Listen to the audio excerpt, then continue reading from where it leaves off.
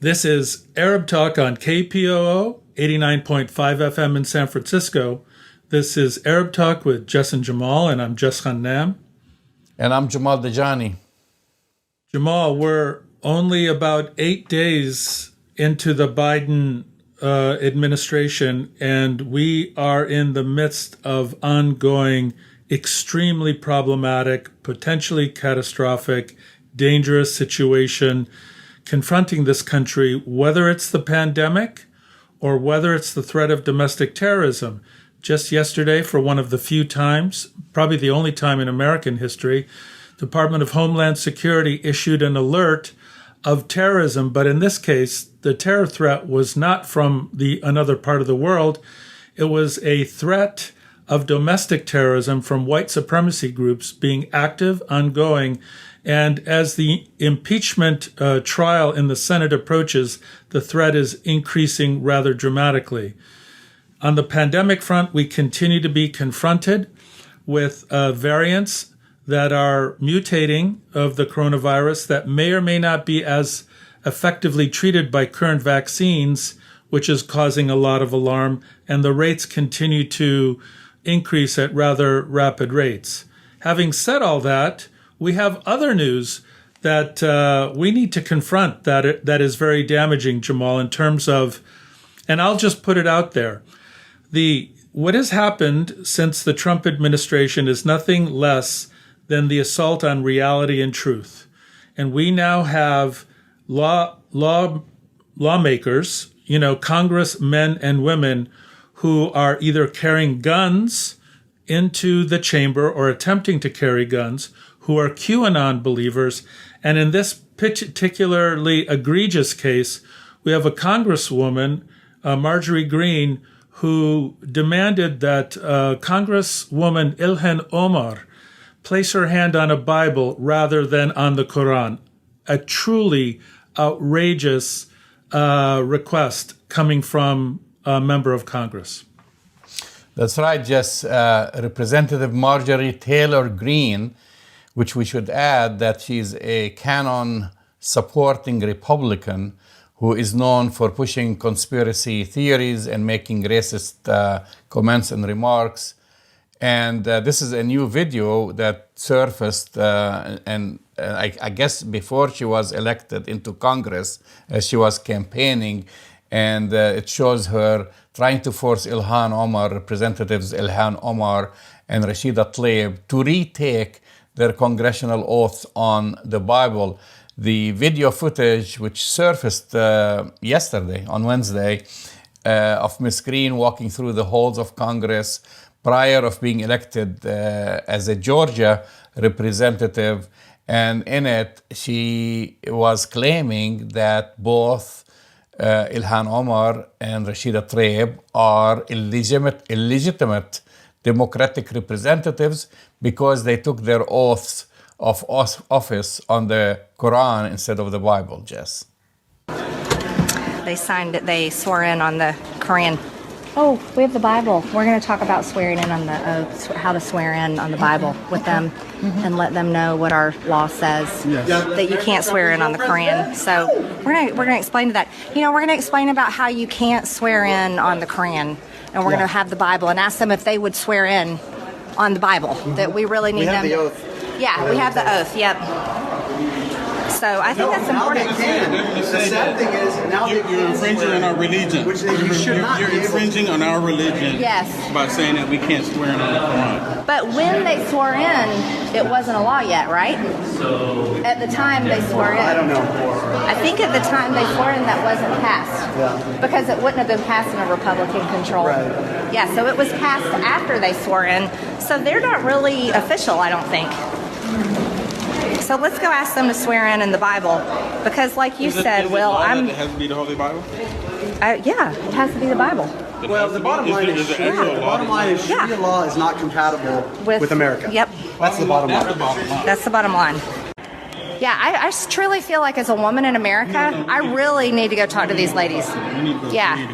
because they support, you know what, they support Sharia, and these are women that really would like to see Sharia in America. And as an American woman, as a business owner, as a mother, I have 2 daughters, I never want to see Sharia in America. And so I really want to go talk to these ladies and ask them what they are thinking and why they're serving in our American government. They really should go back to the Middle East if they support Sharia. So let's go talk to them. I definitely want to go talk to them. So this is the world that we're living in, Jamal, and I'm sorry that I made this prediction, not just last week, but the week before and the week before that there's no way that the craziness of the Trump administration or Trump's presidency was going to just disappear after this election and the inauguration of President Biden and Vice President Harris. In fact, what I believe we're seeing is a ramping up, a doubling down of crazy QAnon conspiracy theorists. The majority of Republicans still do not believe that Joseph Biden was duly and honestly and in reality elected as president of the United States. You have QAnon conspiracists like Marjorie Taylor Greene who continue to advocate and boast and speak about that Joseph Biden was not duly elected, was not really elected. And this is that Donald Trump and his Republican Party had the election stolen from them. They are advocating really kind of crazy theories that are not based on reality. And there's no evidence that the QAnon folks like Marjorie Taylor and the kind of extremist Republican Party are going anywhere soon, Jamal. They have doubled down on crazy and doubled down on a denial of reality. Yeah, I mean, they backtracked on their condemnations of what happened. I mean, now they're making excuses to Donald Trump saying that, yeah, he wasn't responsible for what happened. They're spreading theories that these groups were infiltrated.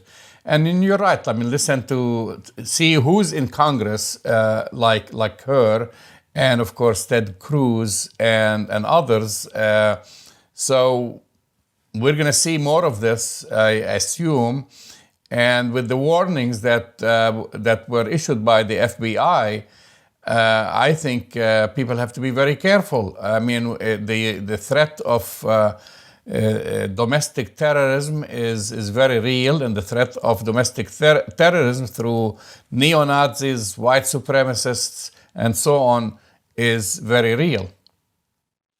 You're exactly right, Jamal. And it's quite a remarkable time in the history of this country that the greatest threat to this country is domestic terrorism and coming from domestic terrorists. But let's not forget our history. We shouldn't forget, the bombings of abortion clinics in the 70s and the killing of physicians and health professionals who were working at these clinics were murdered and assassinated by a similar kind of group of, domestic terrorists. Let's not forget Timothy McVeigh, who bombed the Murrah building in Oklahoma City and killed, how many hundreds of people and 15 children because of his white supremacy tactics, beliefs, and inclinations. Let's not forget Waco in Texas, which is also a group of white supremacists who hunkered down and didn't believe that the government was legitimate. We have to face this ugly reality, Jamal, that even since the birth of this country, there have been people who have been engaged in white supremacy terrorism from the very beginning. I mean, abolitionists were targeted and killed from the very beginning. African Americans and indigenous Indians were attacked and killed and not thought of to be, worthy of representation. The Civil War, I think we can reframe it as an attempt of white supremacists in the South, the slave states, to say that, the United States as we know it, or knew it at that time, was not legitimate and that slavery was okay. So there's a long history here. I mean, the fact that we're waking up to it now, okay, is a good thing. But I think you're exactly right, man. This threat is real, and it's not going away anytime soon. You're right, Jess, and we're going to keep an eye on this, of course. I want to switch gears here and go to reports, which is pretty much related, but that's in Palestine. And a recent report by B'Tselem, and we talked about it briefly. And next week, hopefully, we'll have someone who will address it from the organization, which is a leading Israeli human rights organization, which has been documenting the violations of human rights in occupied Palestine since 1989. So earlier this month, it issued a position paper, that's how they term it, announcing that it has decided to draw a line. I mean, this is the first time they do that. The paper is titled A Regime of Jewish Supremacy from the Jordan River to the Mediterranean Sea. This is Apartheid. That's the paper which makes the case for what looks like apartheid, which is, by the way, for people who don't know, the Rome Statutes of International Criminal Court defines as inhumane acts committed under a regime of systematic oppression and domination by one racial group over another racial group or groups. So this is the position paper, and again, this is the largest human rights organization in Israel to make such a statement. I mean, they've been documenting, they've always been advocates to the plight of Palestinians on the ground. And so the way they explain it, just which is very important, so they lay it out, and I recommend to our viewers and listeners to go to their site and read the whole paper. By the way, they break it down. They say apartheid by Israel rests on 4 pillars. 1 is citizenship, 2, land, 3, freedom of movement, and 4, political participation. So that's how they kind of break it down. And as you know, virtually any person of Jewish ancestry anywhere in the world can claim Israeli citizenship. Immigration into Israel is allowed, but it's almost impossible for Palestinians in diaspora. And there is, of course, a minority of Palestinians, about 1.6 million to 1.8 million, out of 7 million, which is under current Israel. They are Israeli citizens, but their rights are limited compared with the nearly 7 million Jewish counterparts. And I'm paraphrasing from their writing in the paper, and that Israel has pursued a policy of Judaizing the territory it controls, the paper says, based on the mindset that land is a resource meant almost exclusively to benefit the Jewish public. I'm just giving you some phrases in it. So, Jamal, can I just ask you a question? I want to ask you a question really quick. Mm-hmm. Nothing has changed in 72 years, except it's gotten worse. What took B'Tselem so long to have this come to reality moment for themselves? I mean, really, why now? Well, first of all, as I said earlier, B'Tselem was established in 1989, so we cannot put the burden of 70 plus years on them. They started as an organization and they've been working their way in documenting. So I don't want to be critical about what took them this long, because that was an accumulation of things. Because I've been in contact with the representatives there when I was in Palestine. I've seen their work. They've been documenting things via video. They've been posting reports. Okay, but why now, though? Is there something that they're seeing now that is categorically different that we're missing? I'm kind of curious about the timing. I think it's 2 things. One, it's more than ever now, apartheid is very visible. Yeah. I mean, Israel, we can call it from day one apartheid, but they tried to gloss over it. And there wasn't the official annexation, for example, of the West Bank that happened officially and recognized by the United States, which means that you have almost 900,000 or 800 to 900,000 colonial settlers living there and enjoy Israeli laws, while the rest of the Palestinian population, more than 2.8 million, they have two sets of laws for two ethnicities. Now it's more visible, and things have increased dramatically under, of course, Netanyahu. But I think also, to answer your question, there is an acceptance of this term and the timing because of what's happening on the ground, and Israeli media has been using the term apartheid at the time when the, of course, Netanyahu administration has been fighting it and denying it. You know, as the expression says, if it walks like a duck and quacks like a duck, they cannot deny it. So I feel it's probably for, B'Tselem, who at some points or certain points they were hopeful there's going to be a change of government, but no, they're stuck with Netanyahu or change of attitude, and they've just seen the attitude getting worse. And they're seeing that people are accepting the situation as, or the term as apartheid, and some of them are happy with it. It's not like there are those who are critical of apartheid, progressive Israelis, but then there are those who said, yeah, so what? This is a Jewish state. We should be privileged, and Palestinians should not get. And I'm going to actually connect this later on. Maybe we'll talk about it now. I mean, another example. I have one theory that I want to throw out to you.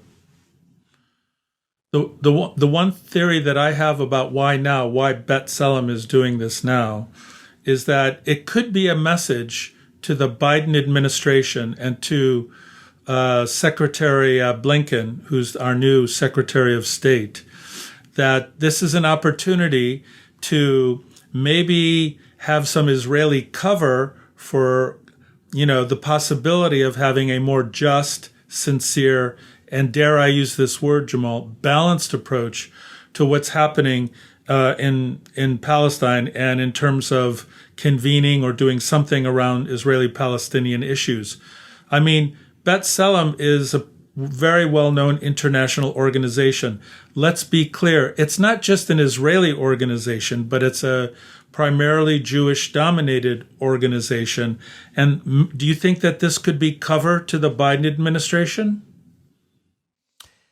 I can't disagree with you. I said the timing probably has several components. One saying that they're stuck with Netanyahu, things are getting worse, they're not going to get better. The Israeli public are now accepting apartheid, or the term apartheid. And then last but not least, they weren't maybe counting on Trump leaving, and now there is a change in the United States, and they know, there is a different sheriff in town, and they're sending a message that here we are, an Israeli Jewish organization, sending you a very strong message that what you have on the ground is apartheid.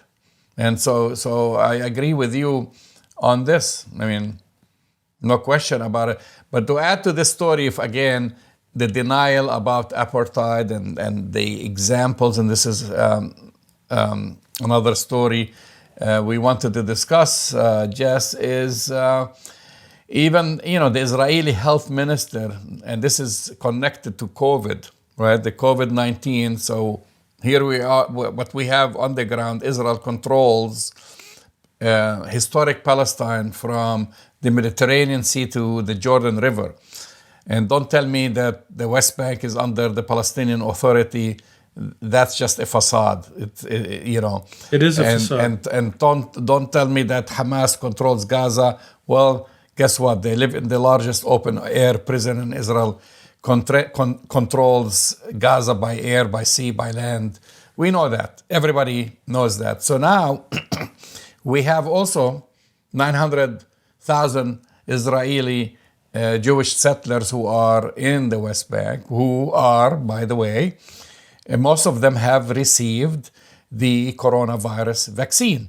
They live in settlements that are a stone throw from Palestinian villages and towns. I mean, a few hundred feet in many cases, or a few hundred yards away.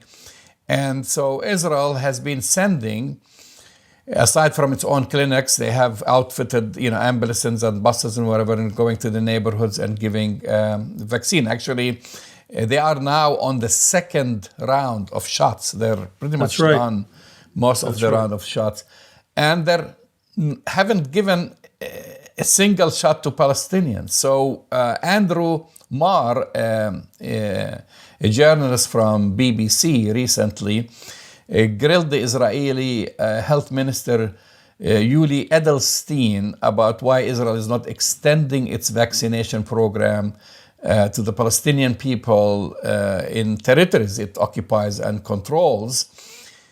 And this is the answer from Edelstein. Edelstein said that Israel has no more obligation to them than the Palestinian Minister of Health has to take care of dolphins in the Mediterranean.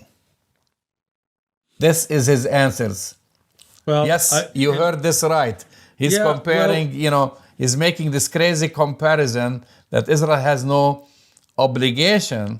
Of course, nothing surprising. And again, this is the connection of why. That's right. What do you have on the ground, which you do have apartheid, but Israel.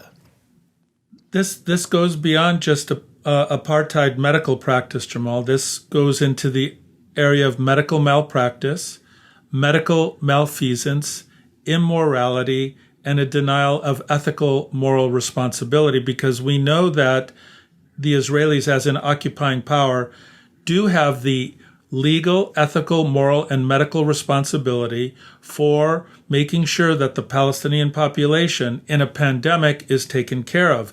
And I consider this among all of the moral atrocities that the Israelis have committed against Palestine and against Palestinians for 72 years.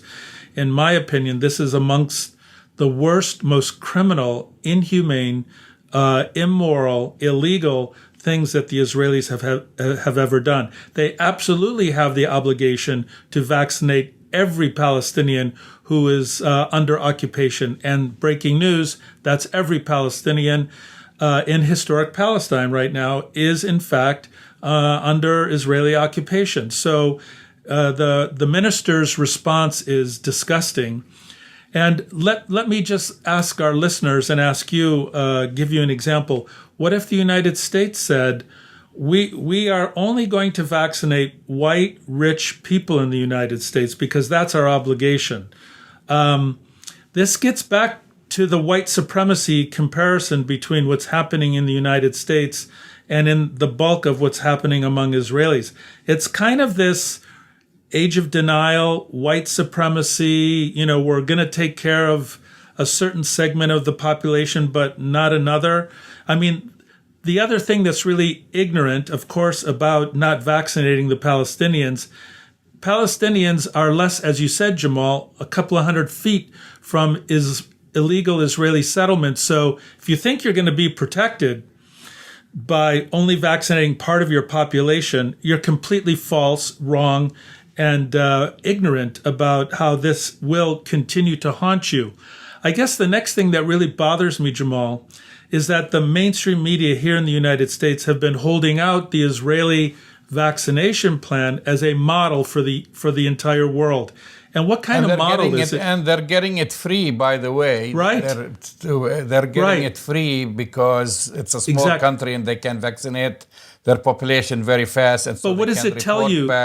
What does it tell you that the Israeli, quote, Israeli model is being held out as a model for the entire world? Is that because this is medical apartheid, Jamal? Are we now saying that medical apartheid is the model, the standard of care that we should be practicing? Give me a break. Well, exactly. And kudos to Andrew Marr of the BBC to bring this up. I mean, we've been hearing about it from Palestinians on the ground. I mean, I've been talking to friends and colleagues, and they were saying that this is what's going on. They don't have the vaccine. Sometimes they hear that China might be sending them some vaccine. Other times it's Russia. But Israel has basically lifted its hands and said, we're occupying your land, but we are not responsible for you. That's basically it. And this is the thing, Jess, aside from that this is inhumane, totally inhumane, and criminal, in my opinion, also, not just only inhumane. It is Israel's obligation under the Fourth Geneva Convention, Article 56. And I'm going to quote from the article, and it's a long article that talks about this, and fast forward to where the segment, it says that the occupying power, which is Israel, has the duty of ensuring, and it lists a whole bunch of things, and it gets into the medical, aside from food and security, and it goes all the way down to preventive measures necessary to combat the spread of contagious diseases and epidemics. It's spelled out. I mean, imagine this, how long ago this has been written. It's not just general health and water and food, and it spells it out that they are responsible to combat the spread of contagious diseases and epidemics. And guess what? Most Palestinians got the virus, and this is not guesswork, from Israelis. Israeli soldiers that stopped them, because more Israelis are in contact with the outside world than Palestinians. They travel, you know the connection between Israel and New York and Brooklyn, where they had the rabbis that spread all that coronavirus across, and South Africa too, Jamal. The tri-state area. Well, guess what? That's a connection between New York and Tel Aviv. They travel more to Europe, so if it came from European countries like Britain and Italy and wherever, they are more mobile. And the people in Gaza are pretty much prisoners. They are locked in. So they are actually responsible for the initial spread of the coronavirus into the Palestinian territories. And they have a legal responsibility under international law and under the Geneva Convention to protect the population it occupies. Well, that's why I consider it medical apartheid and medical malpractice, medical malfeasance. And as I said, Jamal, we have the same problem here in the United States. The idea that we can just vaccinate a select group of people and forget about oppressed people, occupied people, or disenfranchised people and not worry about vaccinating them is a level of ignorance and malfeasance that is hard to really process, because that virus will continue to circulate in the environment. So if the Israelis want to do this and think that somehow magically they're going to be protected, I have news for all the Israelis, and including the health minister. You're not protecting your population if you don't vaccinate everybody. You're listening to Arab Talk on KPOO San Francisco, 89.5 FM. So, Jamal, this kind of delusional idea, that somehow if we just vaccinate a certain segment of the population, everything will be fine. As I said, I think that, only time will tell. This was also going to affect the United States. It's also going to affect other countries who are under this delusional idea that we can just protect ourselves, because the United States is, the president of Mexico just got infected with the coronavirus. He was a denier. Mexico, in terms of the virus expanding and people being infected and their health system being, on the verge of collapse, they're our neighbors. So is Central and South America. So the idea that somehow, if the whole world doesn't get vaccinated, Jamal, this virus is going to be a constant problem for the entire world, no matter if a small segment of the population gets their vaccines. So and we'll come back to this. Just talk about the virus. I want to talk about our next story. Yeah, what do you have? And again, this is another crazy story, just as the first story we talked about, in a different way. But here you have a New York City mayoral candidate, Andrew Yang. And people remember Andrew Yang. He ran for president, and he dropped out after, I think, the New Hampshire. He didn't do well, and tried his luck being an analyst on CNN. That didn't work out well for him. So he decided. So why don't he? I'll just run for mayor of New York then. Yeah, I didn't make it. On the presidential ticket. And so I'll try my luck to be an analyst on CNN. And now, hey, I want to be mayor of the largest city in the United States, New York City. So, which is fine. That's his right. Anyone can run. And so, that's, you'll think like he'll be talking about the recovery of New York after the vaccine, going after Bill de Blasio, who's the current mayor of New York, saying he did, this is kind of normal politicking and attacking his predecessor or his rivals and saying, he didn't do a good job on the coronavirus. I'm going to do a better job. I'm going to bring back the economy to New York. None of that. So early on, his first column that he put out there, basically reaching out, and in it, he's targeting basically the Jewish American community in New York. Andrew Yang last Friday just wrote a column in which he likened pro-Palestinian BDS movement to Nazi boycotts of Jewish businesses. And this is in his column entitled "My Vision for New York City's Jewish Community." Yang said he would be a reliable partner by cracking down on hate crimes and instances of anti-Semitism.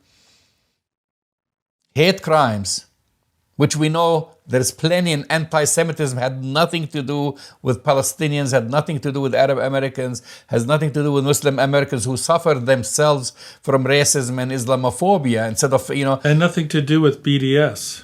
And had nothing to do with BDS.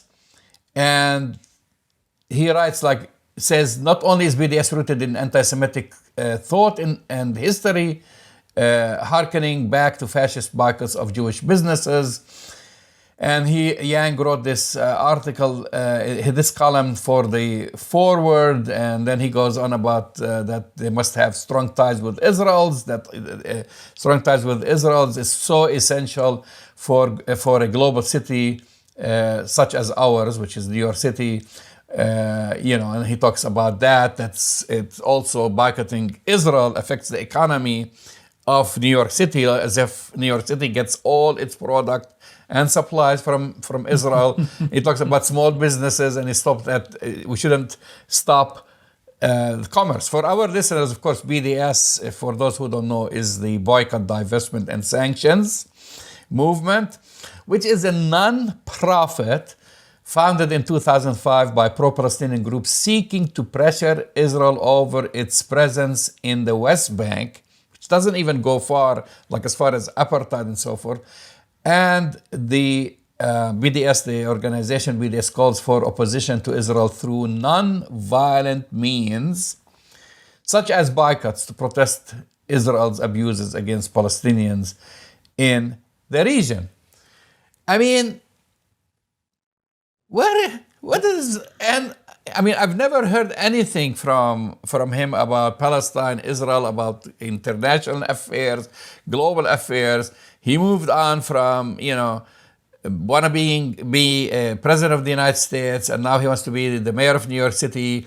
And the first thing he wants to do is just throw the Palestinians under the bus to advance his case.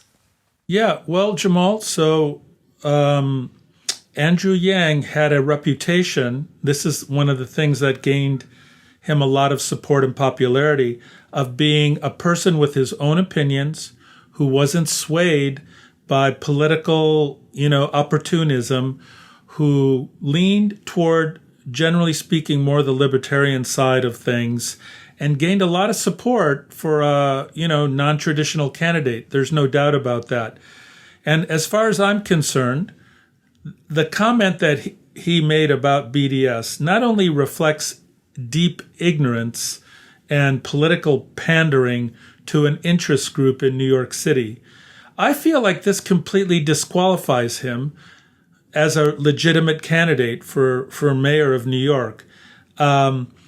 So, since when is the mayor of New York involved in international relations? Isn't that something that is really driven by to be the number item, on his agenda? But this is the executive branch. Even, started to talk about his agenda to use this. By the way, I mean, the question is just at the time, this is the time when neo-Nazis, white supremacists, have actually murdered Jews in synagogues, right? We have this, and that's right. And then we have the leading insurrectionist at the Capitol. It's again identified by the FBI as the biggest threat in the United States. It's really baffling that Andrew Yang would compare BDS to violent fascists. I mean, this is what he's doing. Of course it is, Jamal. But we know that he has laid bare his soul by this article in the forward, because it's clear that he is a political opportunist. He is, and Andrew Yang's a smart guy. So for him to make these bald-faced lies about BDS and about the history of what happened in Europe, and connecting it somehow to BDS reflects a kind of political opportunism that, I guess shouldn't surprise us in some way. But since he had branded himself as somewhat of a person who was kind of immune to those things, who was his own thinker, who is, based on science and based on, careful analysis of the facts, as I said, I think this completely disqualifies him. Now, the other progressives who are running haven't said anything about BDS, so it'll be kind of interesting, because I know that Maya Wiley, who is a big progressive candidate running for mayor, also she's one of the deans at the new school, and she's worked in the mayor's office in New York City. I'm not sure what she has said about this Yang misstep, if you can call it that, but it's unclear whether or not the other progressive candidates in New York City are going to come out making these kinds of statements. It'll be interesting. Have you heard anything else? He's the one who actually started this whole conversation. So if it was not part of the agenda, I think he's desperate.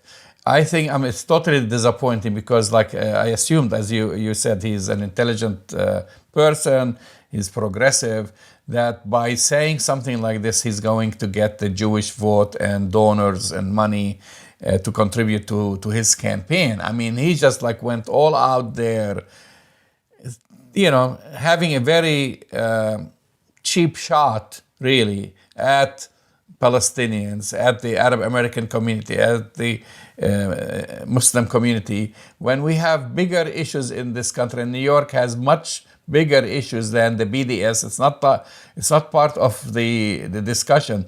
As you know, so Jamal, maybe you should send him some of the video of pro-Israel supporters being part of the seditious and treasonous gang that tried to have a coup d'etat at the U.S. Capitol on January 6th. Not just this. This is at the same time when we started talking earlier on about the largest Israeli organization, human rights organization, saying that Israel now, it is apartheid in big capital letters in its position paper. And I know that Andrew Yang reads. Have you heard him condemning apartheid? Never. No, so that's so going to be something on the ground, hopefully. So he really shifts the conversation about BDS. Right. Yeah, but here's the thing, Jamal, that Andrew Yang doesn't realize, that there is a deep progressive kind of core in New York City, and that, maybe he's pitching himself to a select few groups in Manhattan, but if you look at the entirety of all the boroughs and the entirety of New York City, Jamal, it's deeply, deeply, deeply progressive. And I think Andrew Yang is going to run into a bit of a buzzsaw for this, political opportunism. I don't believe it's going to get him very far. Well, I feel if he like I said, he's an intelligent guy. He went to Brown University and then got his law degree from Columbia University, and he should know that actually the definition of BDS, the whole idea of the boycott, the nonviolent boycott movement, was created to combat apartheid in South Africa, and now the same thing is happening in Palestine. And again, it's a non-violent movement. And so if he's not a student of history, he probably should read more and stop just basically selling himself out to the highest bidder. Well, I just have, I'll leave it with one more sentence, one more statement, Jamal.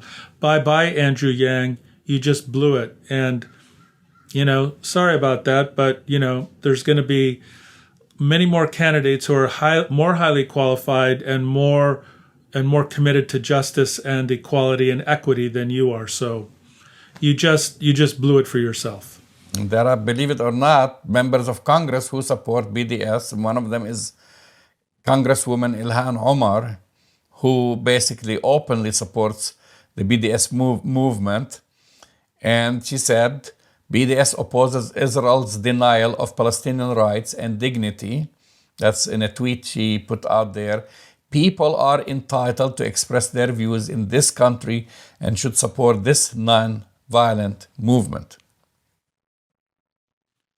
Well, that's just common sense and a very rigorous statement based on her reading and understanding of what's happening over there. I mean, once people open up their eyes to apartheid that's going on, it's being committed against, basically half of the population or more that live in historic Palestine, you would never make a comment that Andrew Yang made. You would, in fact, especially if you're committed to nonviolent approaches, as we all are, you would want to support BDS to the fullest extent possible because it applies the kind of economic and political pressure that we all want to get rogue states and despots and oppressive states to change their ways. So, I mean, it seems like common sense would tell you, Jamal, that every politician should be on board with BDS at this time. All right, so we have a few more minutes, Jess, and I want to talk a little bit more about the situation here in the United States. We are in week 2 of the Biden administration. Do you like what you see, or what do you think about what's happening? Well, the Biden administration, I have to give it credit for a lot of things, even though I still have a lot of issues with what they're doing. But I would say on balance, given the executive orders that have been written so far, and I think there's been about 40 to 45 executive orders that have been written, have been very impressive, having to do with, climate change, having to do with immigration reform, having to do with, the COVID-19 relief bill, having to do with a commitment to social equity and equality. I mean, you have to give the Biden administration and specifically President Biden a lot of credit for pushing these executive orders through. I guess my concern is that in terms of the politics that are going on between the Congress and the Senate and the White House, between the legislative branch and the executive branch, I'm worried that the Biden administration, especially, given what's happening right now, is attempting to try to do this thing, which is not going to happen. He wants to have a bipartisan bill. He wants to work collaboratively, even though the Republicans for the past 4 years and, prior to Obama, shut out Democrats on every conceivable opportunity for cooperation. And my worry, Jamal, is that unless Nancy Pelosi, Chuck Schumer, and President Biden play hardball, they're only going to have a majority for about 2 years, if they're lucky. They need to press through with this progressive agenda and get as much things passed as possible. The idea somehow that the Republicans, who have now doubled down on being the party of Trump, are going to work collaboratively with Democrats to pass these bills is delusional. It's not reality. So my feeling, you need to pass these bills. The country's suffering. Unemployment is, really at a terrible rate right now, keeps increasing. People are suffering economically. The vaccination plan, despite what, the Biden administration is trying to do, not everybody's going to get vaccinated probably until the fall, as it turns out. So with all these considerations, I think playing and waiting for Republicans to kind of come to their senses and work for the good of the entire country, it's not going to happen. You need to pass this legislation, work it through, because you're probably only going to have 2 years of a majority of the Senate, the House, and the White House. I think Biden, he still sometimes puts his senator's hat on because he keeps talking about working both sides of the aisle and being inclusive and give the Republicans a seat at the table. And maybe you're right, that might not be helpful, that you need just to kind of bulldoze your way through very quickly. The one thing that I really like, that what we've been seeing on the news, these briefings now, that there is no BS, straightforward updates on a daily basis, whether from the president or from the CDC, Dr. Fauci and others.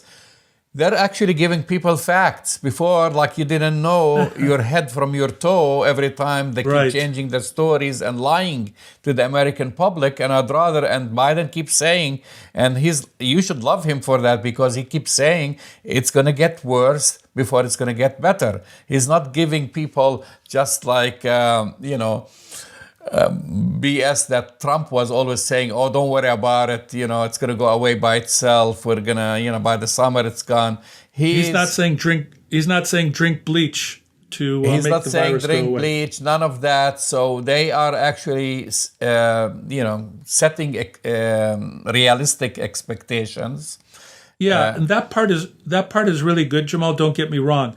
I mean, being based in reality and giving science the place that it needs to have during a pandemic is fantastic news. I am delighted to see reality and science come back to the forefront.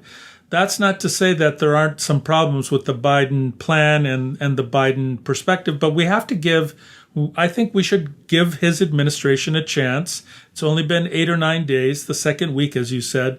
Let's give him a chance. I will say, though, the Biden immigration executive order is really great, but there was a federal judge in Texas this week who basically, put a stop to the Biden executive order about, the changes that he wanted to make on family separation and immigration. So, the Trump judicial branch, all the judges, in the country, especially in Texas and other parts, are not going to just let Biden implement this plan without a big fight. So this is back to where we started the show today.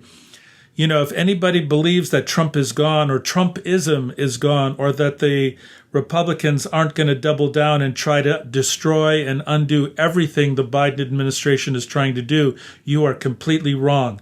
They will stop at nothing to stop the Biden administration from going forward on this. It's going to be a fight. And, this impeachment trial in the Senate that's coming up, looks like you have 45 senators who believe that insurrection is okay and that it's not an impeachable offense, which, when you really think about that, Jamal, it makes me think of Marjorie Taylor Greene. It makes me think of QAnon.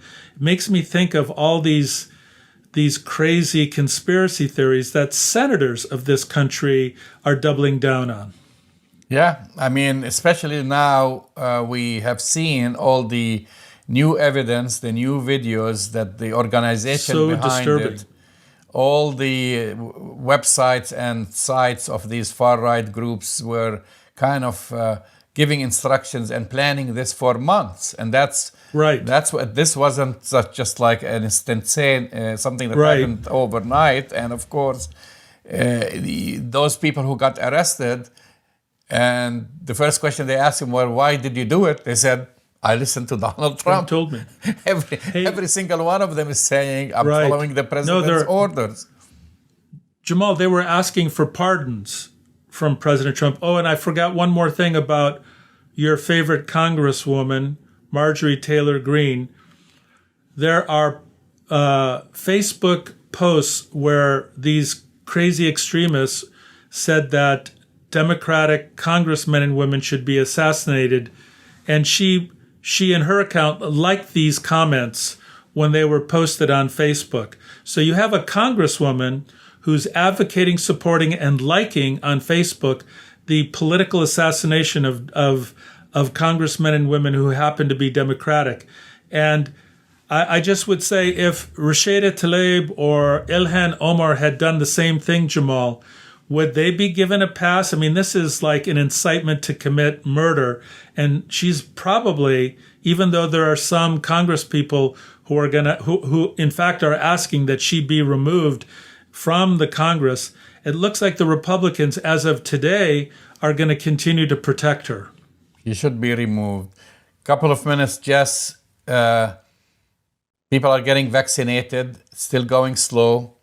Dr. Fauci said yesterday, yeah, the goal is still 100 million people, but that's not our ceiling, which means we're going to increase that. Probably it's going to be maybe 130 million people in 100 days. I don't see it, man. Sorry. And there's just not enough vaccine. There's just not enough vaccine. What I'm noticing, and this is our neighborhood, San Francisco, Jess, is horrible. It's terrible. It's like for such a small kind of city in comparison to New York and other cities, and with all the technology and the advancement, it's behind the times, that people from the San Francisco Bay Area are going 2 hours up north or in different places. And recently, a friend of mine contacted me and said, oh, if you want to get vaccinated, go to the website of Santa Clara because you can go get vaccinated faster there. And I said, no, I'm not going to cut through the line. I'll wait my turn. But this is the desperation it has created.